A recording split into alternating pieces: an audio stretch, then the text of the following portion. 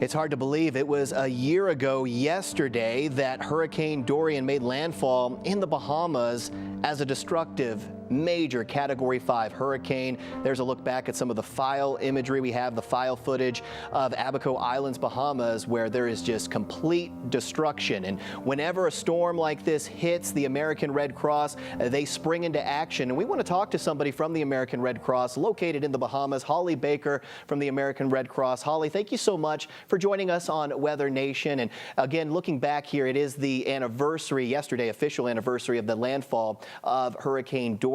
Can you kind of give us an update on how things are going right now with the recovery efforts? Obviously, this was a major destructive storm. A lot of the recovery efforts are probably still ongoing. Yeah, absolutely. It's been a year since Hurricane Dorian came through as this huge, monstrous Category 5 storm, just leaving absolute destruction in its wake. So since that time, the American Red Cross has been here supporting the Bahamas Red Cross by providing those emergency needs that people have, handing out supplies in those days afterwards. And we also gave out cash to people. We gave out over $11 million to families so that they could spend it how they needed to help their families recover. We've since moved to giving people cash grants to help repair their homes. And we've been supporting small businesses, helping them get back on their feet. And we're supporting and expanding the workforce here at the Bahamas Red Cross so that they can be prepared for whatever storms come our way next. And that leads me into my next question. The American Red Cross, they see a storm. It's getting ready to hit, a country, an area very hard. Kind of take us through the step-by-step process. What does the Red Cross do? Obviously, you guys spring into action right away. Can you kind of take us through the process of how you start to get things going for the recovery process? Absolutely. So we work really closely with Red Cross organizations around the world, including here in the Bahamas. So when a storm came through like Dorian, we were on the ground within days, supporting the local Red Cross and bringing additional volunteers here to be able to respond. Like with Dorian, we saw that the needs were immediate assistance in terms of supplies and helping support the local government in terms of sheltering people and providing places for people to go so that they could feel safe. Now we're looking at the big picture. We're looking at the long term now, and we're supporting people so that they can help repair their homes. Like I've been to both Abaco and Grand Bahama and just heard so many stories from people who were there and lived through that storm and are now working to come back even better than before. So it's really a pretty in-depth process, and we're going to be here for as long as needed in terms of Dorian, and we're always at the ready. We're always in standby mode to be able to respond to disasters of all sizes. That includes home fires and hurricanes and flooding, and the list really goes on because the American Red Cross works to be there and make sure that we're prepared to help respond and make sure that people have a place to go and that they know they have an organization looking out for them. And maybe somebody at home watching right now, they want to help out the Red Cross. They want to help out with the recovery efforts, whether it's from Dorian or another storm. What can people do at home to help the Red Cross with this recovery process? Absolutely. So at this point, it's really important to make sure that you have your own personal emergency plan in place. And you can help out the Red Cross by making sure that you are ready in the event of a disaster. You've got your emergency kit ready to go. And you're also factoring into it this new COVID-19 narrative. Maybe you have hand sanitizer and face masks, and you've got the Red Cross app downloaded to your phone so you know where shelters are in the event you needed to go to one.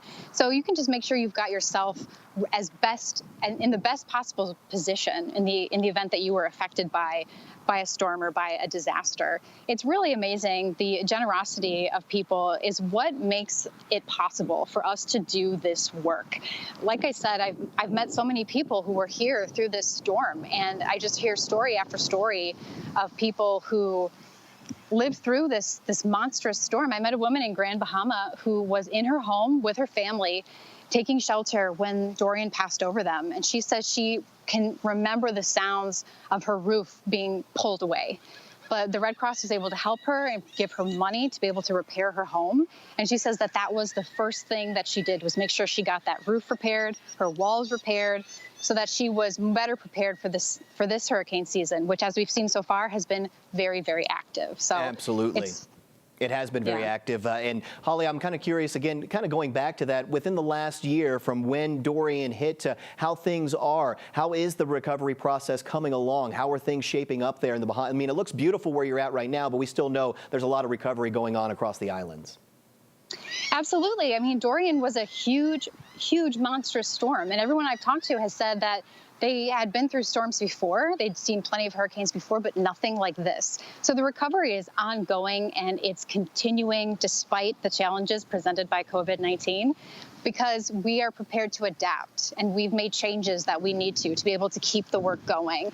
So keeping everybody safe in terms of our workforce, as well as the people that we serve, is a main priority. But we've been able to continue on and be able to deliver that help that people need in terms of providing money to people to repair homes or providing this support to local businesses that have really seen a lot because of storms and now the virus. So it's being there to provide the help that's needed and being there to propel it forward. And that's what we're going to continue to do.